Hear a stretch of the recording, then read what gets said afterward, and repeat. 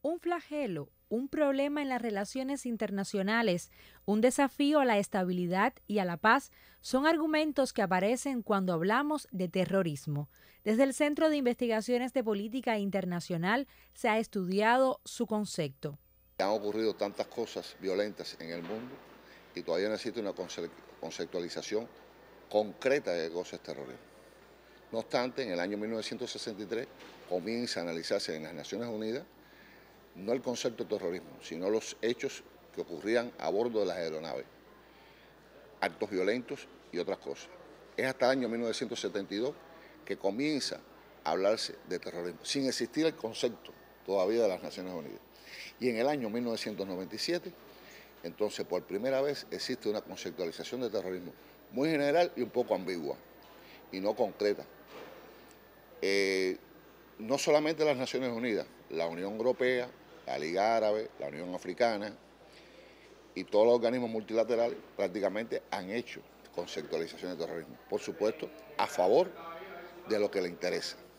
El terrorismo como problema global es un flagelo que prácticamente lo podemos encontrar en todas las regiones del mundo.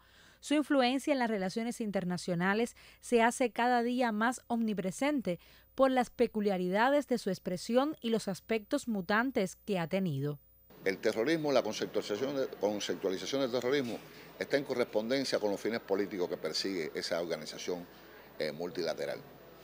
Y el terrorismo de Estado, muy pocas veces, a no ser aquellos más avanzados y países progresistas que ven a otros países imperiales que utilizan el terrorismo como pretexto para llegar a algún país determinado y ocuparlo, a eso le llamamos terrorismo de Estado. Es decir, cuando ya el terrorismo está auspiciado por el propio Estado. Estados Unidos coloca a Cuba en una lista unilateral como Estado patrocinador del terrorismo. Esto es un acto infundado. ¿Cómo es posible de que a Cuba la culpen de ser terrorista? ¿Y cuáles son los argumentos? Argumento número uno, de que Cuba no respeta los derechos humanos. Argumento número dos, de que Cuba apaña a los terroristas. Y argumento número tres, que Cuba tiene relaciones con países terroristas. ¿Y cuáles son esas relaciones? Por ejemplo, Cuba es uno de los garantes de la paz de Colombia. Entonces quiere lograr la paz de Colombia con las guerrillas. Entonces por eso, como tienen a la guerrilla como terroristas, entonces acusan a Cuba de ser terrorista. Eso repercute grandemente para el desarrollo nuestro económico, comercial y financiero con cualquier país del mundo, por la sencilla razón de que otros países pensarán, bueno, si Cuba no es un país seguro, ¿cómo es posible que podamos hacer relaciones con él desde el punto de vista económico?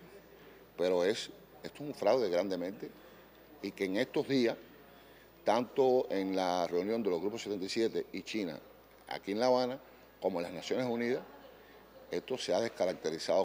Reconocer el terrorismo como un problema global que incide en la estabilidad de las relaciones internacionales nos permite tener una visión más amplia del mundo y de la necesaria búsqueda de la paz y el entendimiento.